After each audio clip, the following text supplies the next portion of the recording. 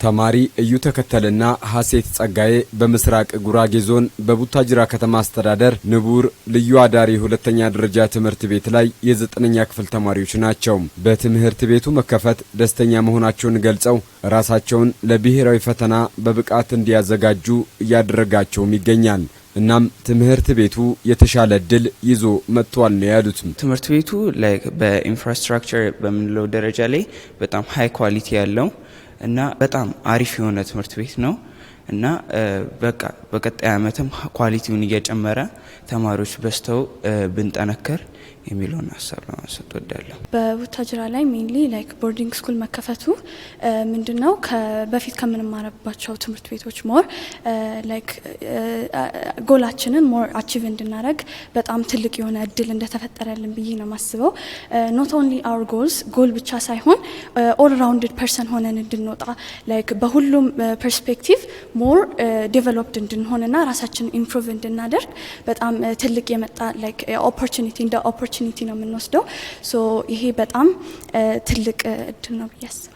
የቡታጅራ ከተማ አስተዳደር ትምህርት ጽሕፈት ቤት ኃላፊ አቶ አብዶ አሊ ልዩ አዳሪ ትምህርት ቤቱ ወደ ስራ እንዲገባ ሲደረግ ወደ ሌሎች አካባቢዎች ሄደው ልምድ መቅሰማቸውን ጠቁመዋል። ንቡር ልዩ አዳሪ ሁለተኛ ደረጃ ትምህርት ቤቱ የተማሪዎች ማደሪያ፣ ቤተ መጻሕፍ፣ ላቦራቶሪና ሌሎች አገልግሎት መስጫ ክፍሎችን ጨምሮ የንጹህ መጠጥ ውሃ ዝርጋታን ጥገና በማድረግ ስራ መጀመሩን ጠቁመዋል። ወዲያው ለመማር ማስተማር ሊሆኑ የሚችሉ ግብአቶች ባጠረ ጊዜ የዶርም፣ የመማሪያ ቁሳቁስ፣ ጠረጴዛ፣ የላይብረሪ፣ የቤተ ሙከራ ኮምፒውተሮች እነዚህም ሁሉ ባጠረ ጊዜ እንዲሟላ ተደርጎ በሁለተኛ ሶስተኛ ወር በቀን 2 ትምህርት እንዲጀምር ተደረገ። ስለዚህ ከፍተኛ የሆነ መስዋዕትነት ተከፍሎ ነው። አሁን ግን ያለበት በጊዜ ወደ ጊዜ እየጨመረ የተጓደሉትን እያሟላን ዶርሙን ባጠረ ጊዜ ተዘጋጅቶላቸው ተማሪዎች ወደዚህ እንዲገቡ ተደረገ። የተማሪዎች አገባብ ግን ምንድነው የሚመስለው?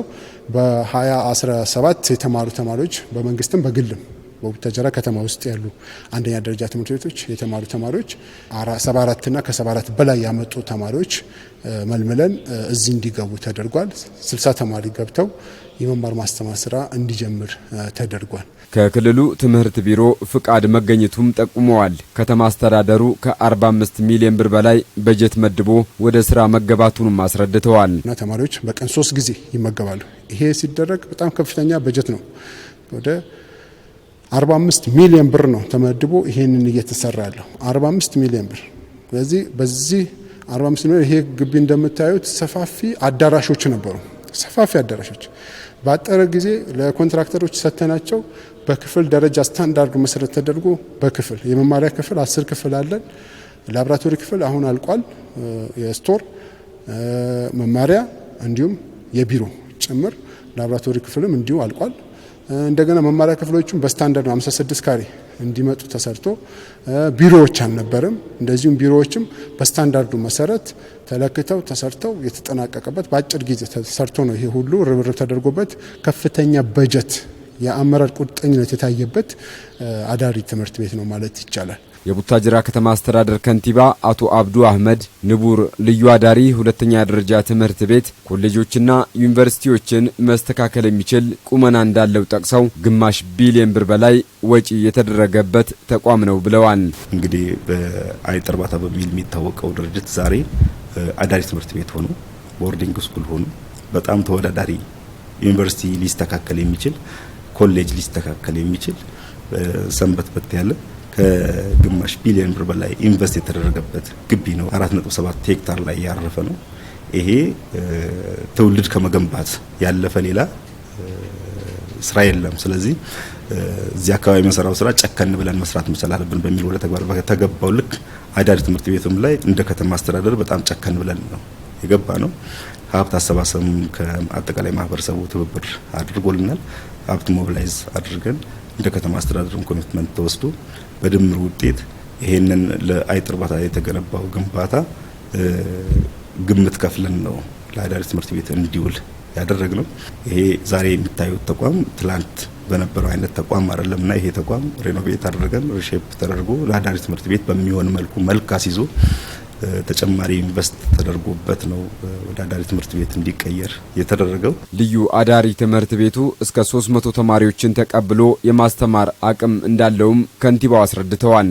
የቡታጅራ ድቡር ልዩ ሁለተኛ ደረጃ አዳሪ ትምህርት ቤት ነው። ይሄ ትምህርት ቤት ሁሉም የተሻለ ውጤት ከ8ኛ ክፍል የተሻለ ውጤት ያመጡ የትኛውም ተማሪ ተወዳድሮ ጆይ የሚያደርግበት ተቋም ነውና ይሄ ተቋም ይበልጥ ከፍ እንዲል በደንብ ከዚህ በላይ እንሰራለን። ግቢው እንዳያችሁት በጣም የተዋበ ሙሉ ሳቢ ማራኪ የሆነ ለመማር ማስተማር በጣም ምቹ የሆነ ተቋም ነው። ይሄ ተቋም ደግሞ ከዚህ በላይ ተወዳዳሪ እንዲሆን ደግሞ በተመሳሳይ ከዚህ በላይ መስራት ይኖርብናል በሚል ነው በዛ ደረጃ ላይ እየሰራን ያለ ነው። እንዳያችሁት በ60 ተማሪ ነው የጀመረው።